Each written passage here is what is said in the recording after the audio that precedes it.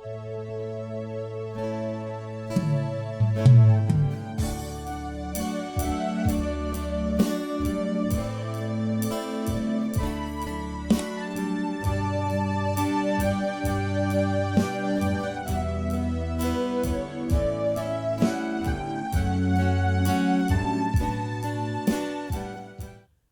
kasih Tuhan Yesus. Engkau tetap melawat di dalam setiap kehidupan umat-Mu.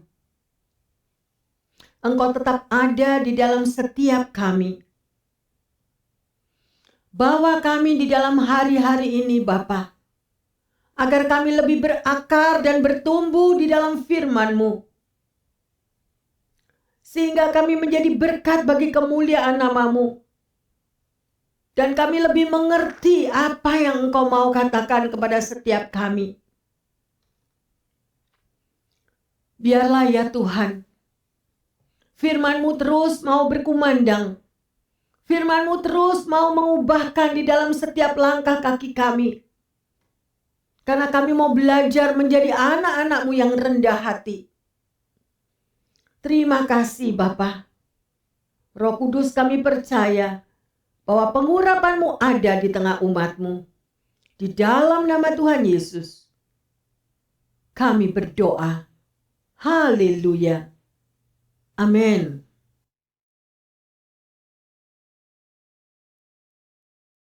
Shalom yang terkasih dimanapun Anda berada. Jemaat yang disayang Tuhan dan Bapak Ibu semuanya. Ya, tema daripada khotbah pada pagi hari ini adalah jadilah rendah hati. Ya. Banyak sekali kadang-kadang kita tidak mengerti dan tidak menyadari bahwa kehidupan kita sebagai anak-anak Tuhan memang tidak mudah. Kita senantiasa dibentuk, dibakar, ya, dibimbing seperti apa yang firman Tuhan katakan. Ya. Mungkin saudara dan saya pernah mengalami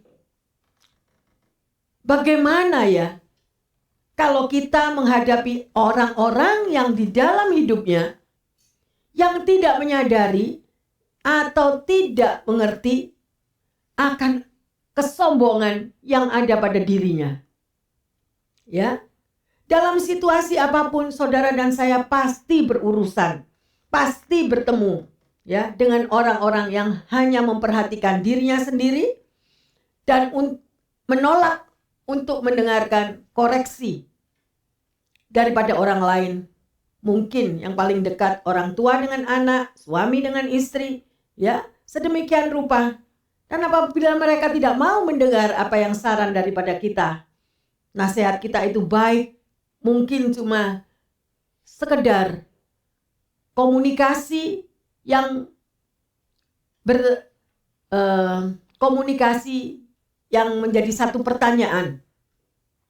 Ya, tetapi hanya dengan pertanyaan bisa menjadi satu salah paham atau peperangan.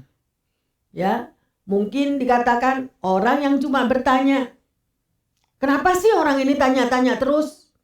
Mungkin dia sudah hilang ingatan. Suruh dia minum vitamin supaya dia ingat terus. Kata-kata yang sedemikian tanpa menyadari bahwa dia sudah menyakiti orang lain. Padahal kita hidup di dunia, kita membutuhkan komunikasi yang sehat. Betul atau betul? Ya, orang yang tidak mau bertanya atau orang yang merasa sudah mengetahui segala-galanya, itu belum tentu juga dia benar. Diperlukan kerendahan hati. Ya, sedemikian rupa. Bagaimana? Mari kita koreksi diri. Bagaimana hati Anda dan saya? Apakah kalau ada orang yang bertanya kepada Anda menjadi tersinggung, merasa terganggu? Ya, tanya terus, sedemikian rupa. Ya. Apa yang diajarkan oleh firman Tuhan? Itu ya dan amin. Ya. Mari kita melihat contoh yang luar biasa, yaitu pada tanggal 10 April 1912. Ada kapal yang begitu besar, kapal persiar termewah, ya, terbesar di dunia, siap mengarungi Samudra Raya untuk pertama kalinya, yaitu yang sangat terkenal bahkan sampai dibuat movie adalah kapal Titanic, ya, kalau saudara tahu. Jadi sedemikian rupa para penumpang kelas 1 mendapatkan servis, kelas 2 mendapatkan servis fasilitas kolam renang, gimnasium, lapangan squash, sauna, dan tempat refleksi yang sedemikian sangat amat mewah. Selain itu ada ruangan yang untuk bersantai dengan gaya kerajaan, perpustakaan, restoran, serta kafe-kafe mewah.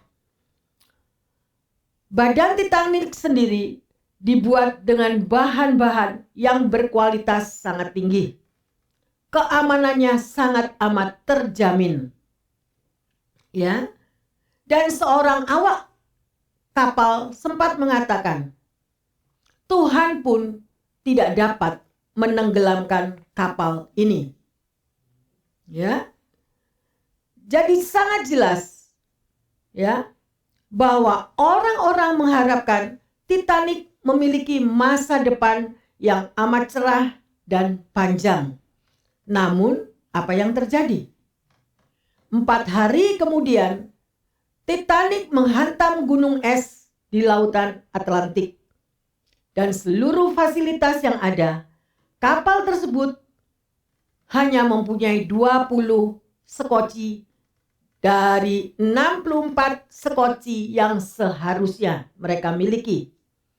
Akibatnya dari 2.224 penumpang dan awak kapal, hanya sekitar 705 jiwa yang selamat. Dan sejak itu Titanic tak ubahnya sebagai menara Babel yang melambangkan kesombongan manusia. Oleh karena itu, berhati-hatilah. Dan biasanya kesombongan itu tanpa kita bisa sadari. Ya, orangnya nggak nyadar kalau dia sombong. Dan sering kali kalau kita memperingatkan seseorang, kamu jangan sombong, reaksinya gimana? Pasti marah. Tidak ada orang yang mau kalau ditegur dengan kesombongan. Ya, kesombongan adalah menganggap remeh orang lain, merendahkan orang lain, ya, suka menonjolkan dirinya dan lupa bahwa semua yang kita miliki adalah anugerah dan kasih Tuhan. Bagi orang yang sombong, ya, Tuhan itu semakin kecil dan dia yang semakin besar. Ya, biasanya orang yang rawan diserang dalam hal kesombongan adalah orang yang merasa dia memiliki potensi melebihi daripada sekelilingnya. Ya, sehingga menganggap remeh orang yang di sekitarnya. Mari kita mengoreksi diri, Bapak Ibu yang terkasih, dimanapun pendengar Anda semuanya yang saat ini mendengarkan firman Tuhan ini. Berhati-hatilah, karena pada awal mula daripada kejatuhan, yaitu daripada iblis, ya, yang dulunya adalah malaikat yang dibuang ke bumi, ya. Dan iblis tidak suka anak-anak Tuhan yang memiliki potensi. Ya, ia akan menebarkan, menanamkan benih kesombongan di dalam hati setiap kita. Ya, sehingga potensi yang ada pada saya itu akhirnya menjadi mati. Oleh karena itu, berawas-awaslah, ya. Oleh karena itu, jika kita mau potensi yang Tuhan sudah berikan di dalam hidup saudara dan saya itu berkembang, ya, marilah kita mau terus bersekutu dengan Tuhan supaya manusia rohani kita itu semakin bertambah dan manusia kedagingan kita itu menjadi merosot. Karena kesombongan itu adalah manusia daging. Ya, sedemikian rupa. Jadilah tentara Allah. Sebagai anak Tuhan, saudara dan saya dipanggil menjadi tentara Allah. Ya, yang selalu menyadari semua yang ada dan saudara nikmati selagi kita masih ada di bumi ini, semuanya adalah anugerah Allah. Amin. Ya, Memang tidak ada seorang pun yang sempurna, tapi kita mau belajar. Belajarlah seperti Yesus, taat sampai mati, merendahkan dirinya, dan berakhir di Kalvari. Siapakah Yesus? Yesus adalah penguasa dunia, penguasa langit dan bumi, tetapi dia mengosongkan diri menjadi manusia. Dia merendahkan diri menjadi manusia. Ya, tetapi seringkali kita anak-anak Tuhan sudah lupa akan keberadaan dirinya dan seringkali kita menjadi Tuhan bagi orang lain. Ya, sedemikian rupa. Sekali lagi saya menghimbau, jagalah kerendahan hati, sebab kesombongan mampu membutakan mata kita akan anugerah daripada Tuhan. Ya, kalau ada tanda peringatan, misalnya kalau Anda lagi jalan-jalan ya, atau olahraga pagi, saudara lihat rumah-rumah orang ada tulisan beware of dog. Hati-hatilah, ada anjing di situ ya. Demikian juga kita seharusnya menaruh kata-kata itu di dalam diri kita, tetapi dengan kata yang lain ya, berhati-hatilah akan kesombongan. Ya. Oleh karena kita tahu bahwa kesombongan itu mematikan ya, dan semakin membuat kita lupa diri dan akan terjadi dosa-dosa yang lain melalui kesombongan tadi. Mari kita lihat di dalam 1 Petrus 5 ayat 5 sampai ke 6. Demikian jugalah kamu, hai orang-orang muda, tunduklah kepada orang-orang yang tua, dan kamu semua rendahkanlah dirimu seorang terhadap yang lain, sebab Allah menentang orang yang congkak, tetapi mengasihani orang yang rendah hati. Karena itu rendahkanlah dirimu di bawah tangan Tuhan yang kuat, supaya kamu ditinggikan pada waktunya. Amin, amin. Ya, memang kita kadang-kadang kita tuh lupa ya. Nah itu sekali lagi, ayo kita mau berawas-awas. Seperti tadi yang dikatakan ya, berawas-awaslah dan berhati-hatilah. Karena hari-hari ini adalah hari yang jahat. Ya, jadi kita bisa melihat apa yang Tuhan ajarkan kepada anak-anaknya, yaitu Anda dan saya. Kita lihat di dalam Amsal 16 ayat yang kelima. Setiap orang yang tinggi hati adalah kekejian bagi Tuhan. Sungguh, ia tidak akan luput dari hukuman. Jelas, ini firman Tuhan. Tuhan tidak suka kepada orang yang tinggi hati. Dan sungguh orang itu tidak terluput dari hukuman. Karena orang itu banyak yang tidak mau baca firman Tuhan. Dan firman Tuhan itu dianggap ya something lah. Untuk ke gereja juga, untuk bertemu dengan Tuhan juga rasanya itu membuang waktu. Ya, untuk membaca firman Tuhan. Percuma juga membaca firman Tuhan karena tidak mengerti. Nah, dengan alasan sedemikian rupa. Tetapi Tuhan memberikan firman-Nya dan Tuhan memberikan dirinya untuk saudara dan saya agar kita menerima keselamatan. Karena kita selagi ada di muka bumi ini, kita tidak lepas daripada proses pembentukan. Mengapa tujuan Tuhan membentuk saudara dan saya? Supaya kita menjadi orang yang rendah hati. Dan pada waktunya kita akan bertemu muka dengan Dia. Ya, sedemikian rupa. Mari kita lihat Amsal 16 ayat ke-18. Lebih baik penghasilan sedikit disertai kebenaran daripada penghasilan banyak tanpa keadilan. Nah, sedemikian rupa. Ya, jadi saudara, resapi firman Tuhan ini, meteraikan di dalam hati kita. Jadi kecongkakan itu senantiasa akan membawa kehancuran. Ya, masalahnya kita itu kadang sering kali tidak merasa kalau kita itu sombong. Ya, semua yang ada hanyalah untuk kepentingan diri kita sendiri, kepuasan hati kita. Ya, me, I, mine. Ya, semuanya itu untuk kemauanku. Ya, saudara, sombong itu sama dengan ego. Apa itu ego? Edging God out. Nah, sedemikian, yaitu menyingkirkan Tuhan di dalam kehidupan. Ya, kesombongan adalah dosa yang pertama dilemparkan ke kita dari siapa? Dari setan. Nah, supaya saudara mawas diri, penuhilah dirimu dengan firman Tuhan. Ya, bersekutulah setiap hari dengan Tuhan. sehingga kita terhindar daripada jebakan-jebakan si jahat. Ya. Mari kita lihat di dalam Yesaya 14 ayat 12 sampai 14. Wahai engkau sudah jatuh dari langit, hai bintang timur, putra fajar. Engkau sudah dipecahkan dan jatuh ke bumi, hai yang mengalahkan bangsa-bangsa. Engkau yang tadinya berkata dalam hatimu, aku hendak naik ke langit, aku hendak mendirikan tatakum mengatasi bintang-bintang Allah, dan aku hendak duduk di atas bukit pertemuan jauh di sebelah utara. Aku hendak naik mengatasi ketinggian awan-awan, hendak menyamai yang maha tinggi.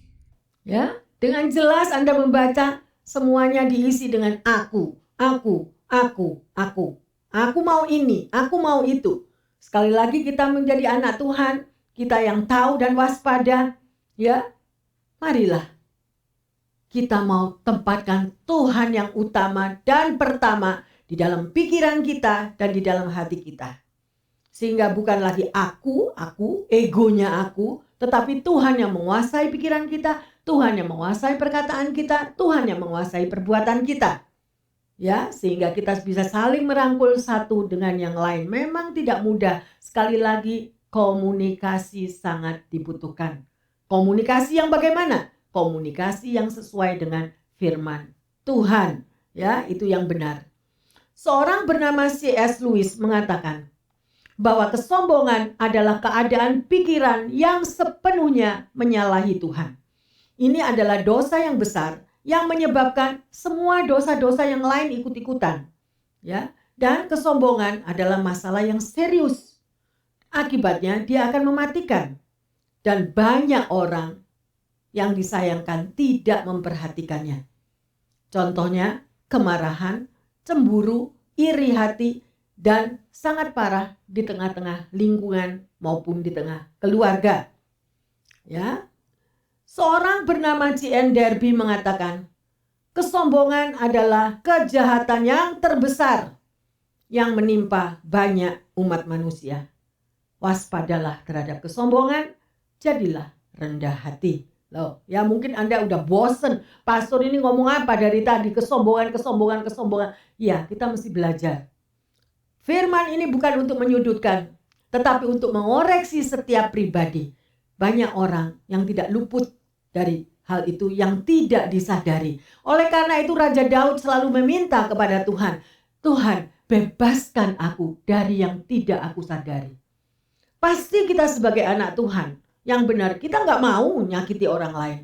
Kita tidak mau dan tidak ingin menyinggung orang lain, itu pasti. Tetapi kadang-kadang kata-kata kita itu meleset. Kadang-kadang kita tanpa kita sadari. Bukan niat kita mau nyakiti orang. Seringkali begitu. Tetapi ayo kita belajar. Bawalah di dalam doa. Katakan, Tuhan bebaskan aku dari yang tidak aku sadari. Saya percaya sebagai anak-anak Tuhan yang takut akan Tuhan, kita nggak ada punya motivasi kok mau menyakiti orang. Saya percaya. Ya. Tetapi sering kali itu terjadi bentrokan sedemikian antara orang tua dengan anak, antara anak dengan anak, antara suami dan istri, antara teman dan sahabat. Sometimes terjadi karena komunikasi yang kurang tepat atau tidak tepat waktunya. Ya, sedemikian rupa. Martin Luther sendiri mengatakan, saya akhirnya mencapai kerendahan hati dan saya bangga bisa sadar dan mampu melakukannya. Lah, ya pasti ini bayar mahal dia. Mungkin pernah dikata-katai orang, pernah apa aja, tapi dia menekan sedemikian rupa manusia dagingnya dan manusia rohani yang muncul sedemikian rupa. Ayo kita semua sebagai anak-anak Tuhan mau belajar. Ya, amin. Pertanyaannya, mengapa ada orang yang menentang Tuhan? Ya. Jadi, karena mereka tidak menyadari dan tidak mengerti dan tidak mau melakukan, sadar atau tidak sadar, ada dosa-dosa yang tertentu yang cenderung kita tolerir dalam hati, dalam kehidupan sehari-hari. Dalam buku Respectable Sins mengatakan menghadapi kompromi dengan dosa. Ya. Jerry Bridges membahas dosa-dosa yang dapat diterima dan cenderung ditoleransi, dikompromi oleh diri sendiri. Di antaranya adalah kesombongan, ya, ketidakbersyukuran, tidak mampu orang itu bersyukur. Ya, dia sudah mengalami sesuatu yang indah, sesuatu yang melebihi daripada orang-orang lain yang lebih menderita, tetapi dia tidak menyadari bahwa hidupnya sudah diberkati sedemikian rupa. Tapi selalu merasa kekurangan karena melihat selalu rumput tetangga lebih hijau. Ayo, mungkin Anda sebagai pendengar yang setia yang sedemikian, koreksilah diri kita masing-masing. Ya, C.S. Lewis juga mengatakan bahwa kesombongan itu kadang-kadang tanpa disadari dan mengarah kepada kejahatan yang lainnya lagi. Dari zaman Adam dan Hawa, ya, kita melihat indikasi bahwa manusia selalu merasa dirinya pantas untuk mendapatkan yang paling baik. Yakin atas supremasi dirinya sendiri, memikirkan dan memiliki apa yang harus dia inginkan dan dia miliki.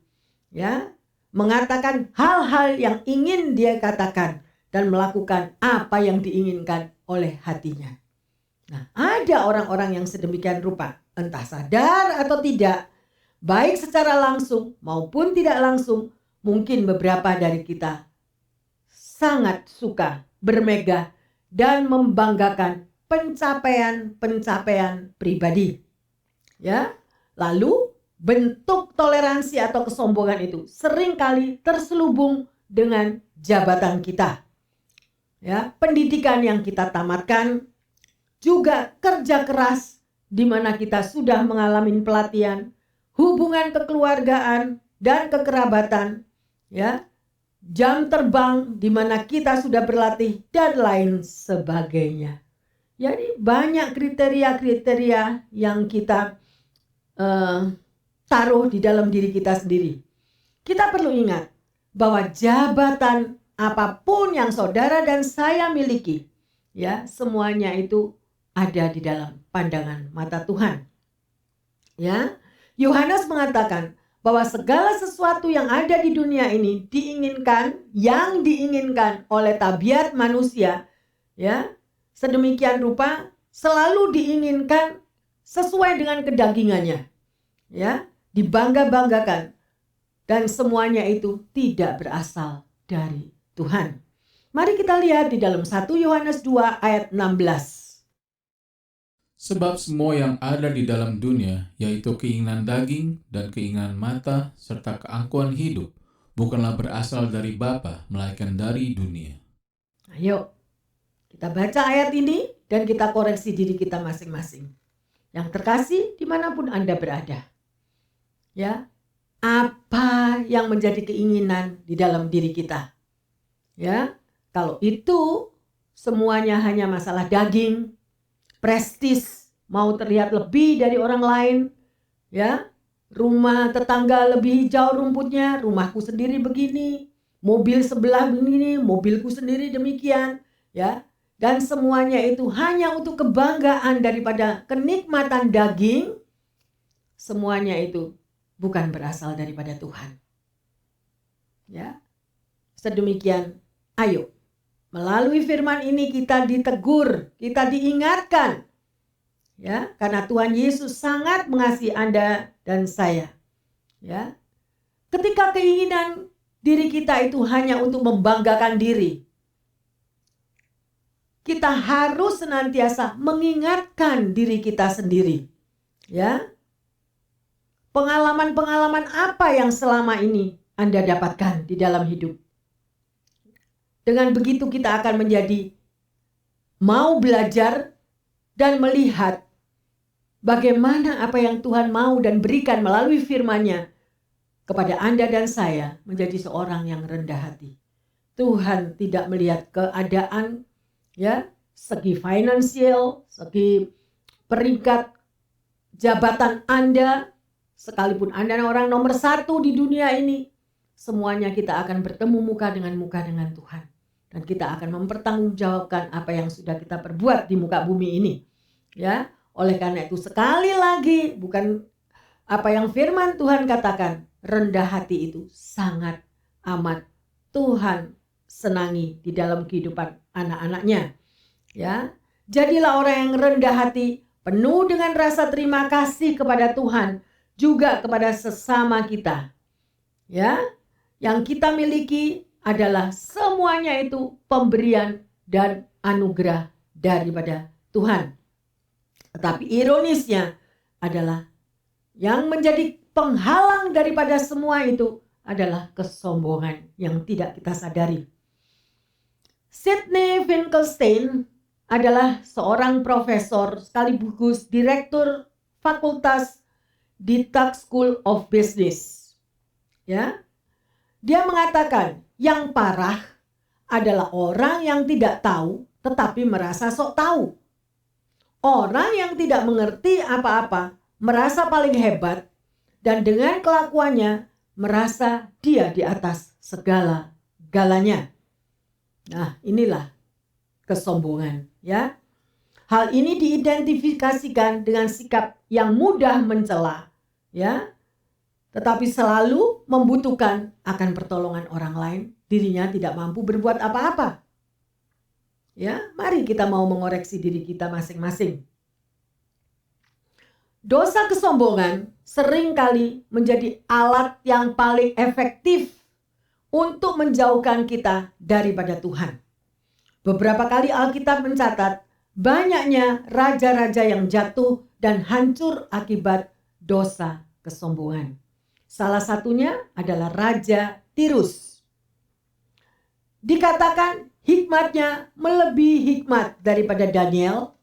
Ia sangat pandai berdagang dan memperoleh kekayaan karena dengan segala situasi yang dia miliki akhirnya dia menjadi lupa diri dan murka Allah turun atasnya. Sekali lagi dikatakan sadarilah bahwa pengetahuan semuanya itu berasal daripada Tuhan.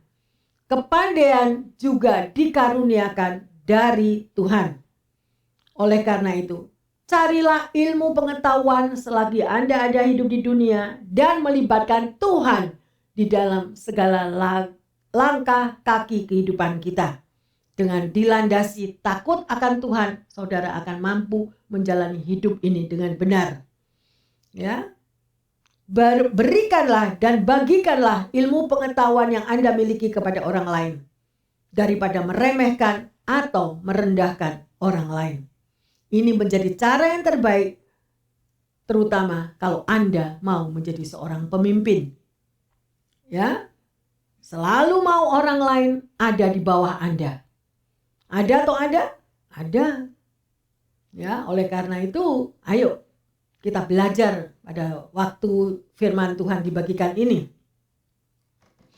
Allah membuat orang yang pandai itu dibuat secara khusus untuk semakin merendahkan hatinya sehingga ia tidak akan menjadi arogan, tetapi dia bisa mengangkat orang-orang yang lebih rendah daripadanya untuk mendapatkan posisi yang baik di dalam kehidupan di dunia ini.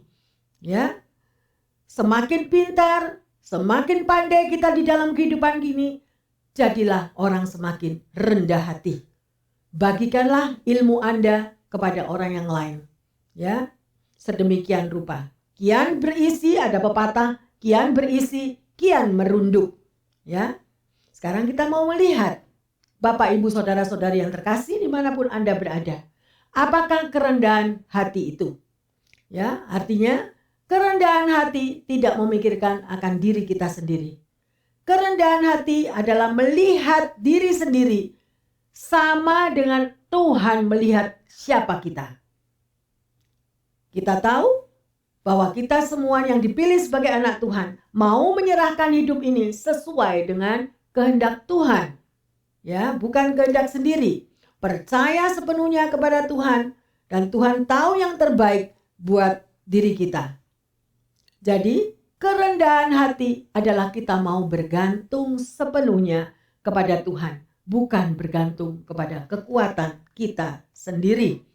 Ya. Jadi sekali lagi, kerendahan hati hanya mengagungkan Tuhan dan fokus kepada apa yang Tuhan mau.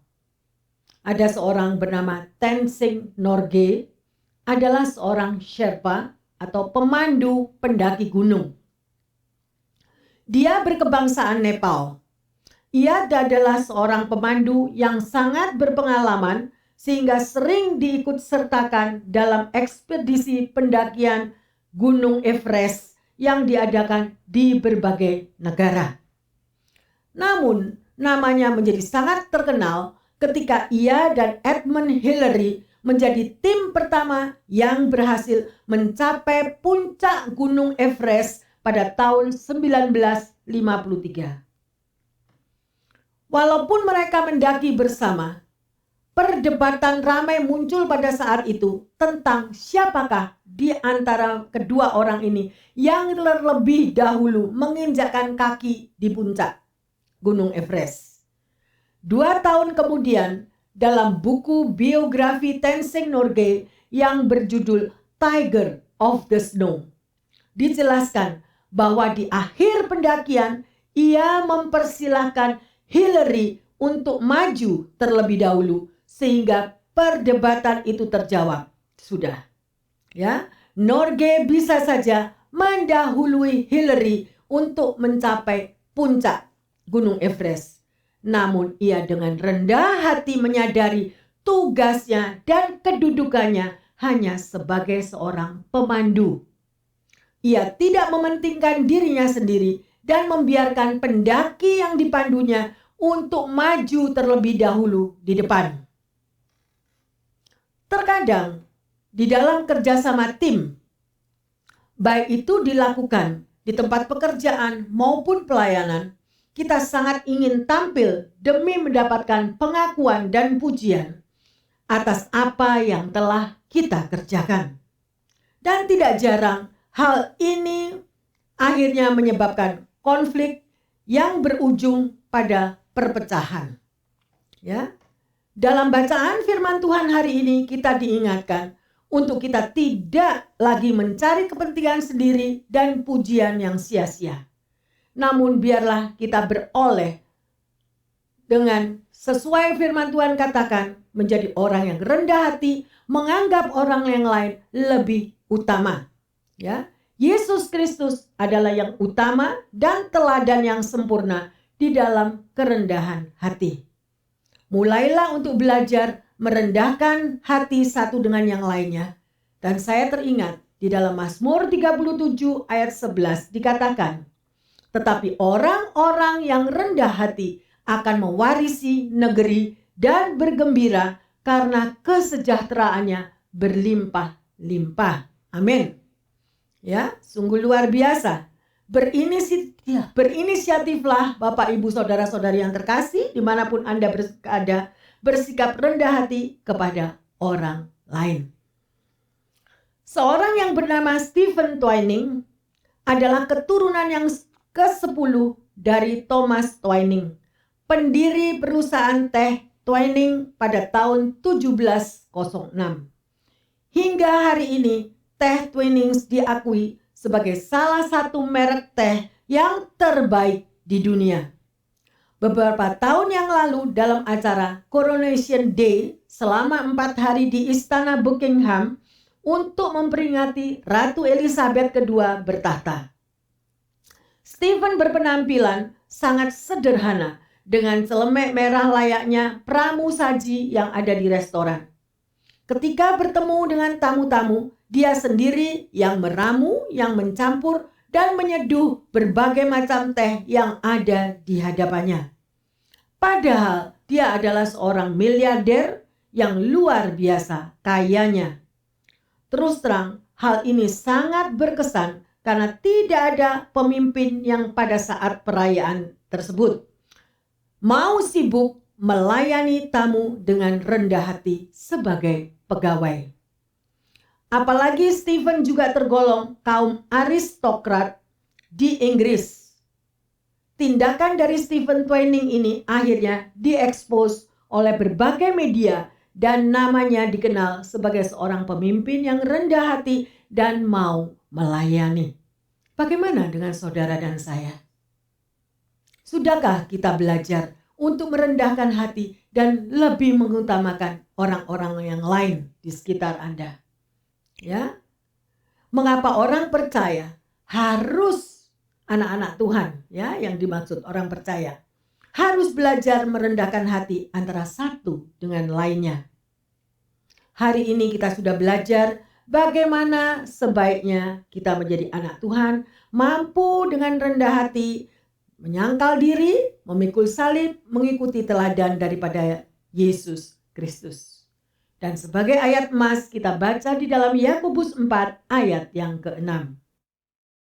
Tetapi kasih karunia yang dianugerahkannya kepada kita lebih besar daripada itu. Karena itu ia katakan, Allah menentang orang yang congkak, tetapi mengasihani orang yang rendah hati. Haleluya, amin. Ya, mari kita mau belajar firman sungguh-sungguh, rajinlah membaca firman Tuhan, agar kesombongan semuanya itu kita mampu kalahkan, ya, dengan kerendahan hati. Maka pintu anugerah Tuhan akan terbuka bagi kita semuanya. Bapak, Ibu, saudara-saudari yang terkasih, pendengar dimanapun Anda berada. Kita sudah belajar pada hari ini, dan teguran daripada firman Tuhan ini untuk mengingatkan keberadaan kita masing-masing. Ya, dan Tuhan mau kita menjadi pengikut apa yang Yesus sudah berikan teladannya untuk kita semua. Mari bersama-sama dengan kami yang ada di sini yang terkasih, buka hatimu, kita mau memuji, menyembah Tuhan dengan lagu Jadikan Kami Satu. Mengasihi satu dengan yang lain, mengampuni kekurangan yang ada di sekeliling kita. Amin. Buka hatimu bersama-sama.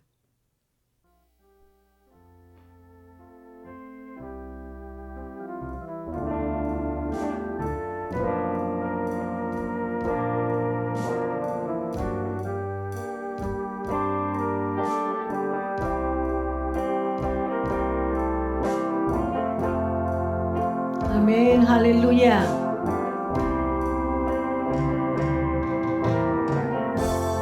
Kami rendahkan diri di hadapan-Mu, membawa hancur hati saat berseru, agar kami saling melengkapi tubuh-Mu, seperti Kau dan Yesus adalah satu. Amin. Kami rendahkan diri di hadapan-Mu,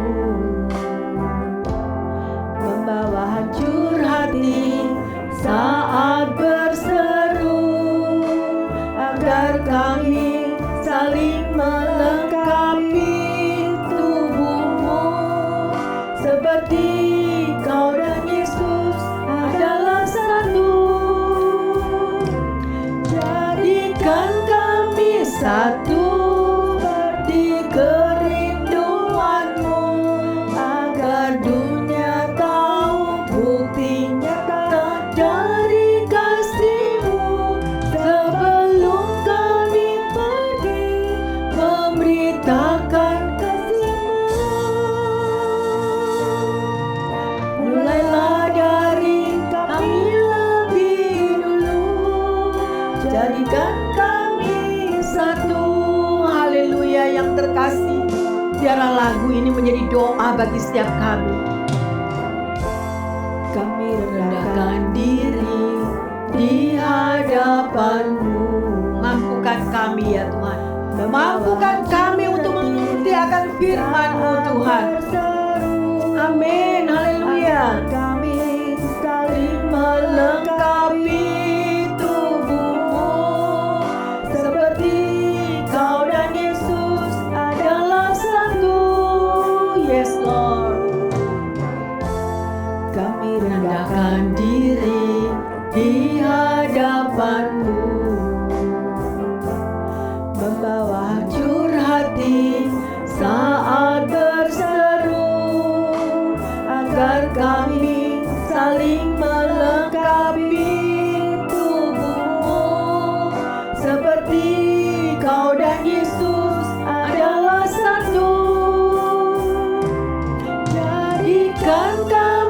satu seperti kerinduanmu, agar dunia tahu bukti nyata dari kasih-Mu. Sebelum kami pergi memberitakan kasih-Mu. Benar Tuhan. Mulailah dari kami lebih dulu, jadikan kami satu. Benar Yesus, haleluya Yesus. Jadikan kami satu seperti kerinduanmu, agar dunia tahu bukti nyata dari kasih-Mu. Sebelum kami pergi memberitakan kasih-Mu. Mulailah dari kami lebih dulu, jadikan kami satu.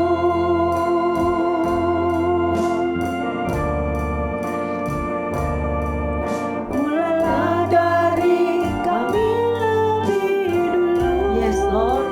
Jadikan kami satu. Terima kasih Tuhan. Mulailah dari kami lebih dulu. Yes Lord. Jadikan kami satu. Terima kasih Bapa, kami sungguh bersyukur dan bersyukur untuk firman yang Kau bagikan pada siang hari ini. Memang tidak mudah ya Tuhan.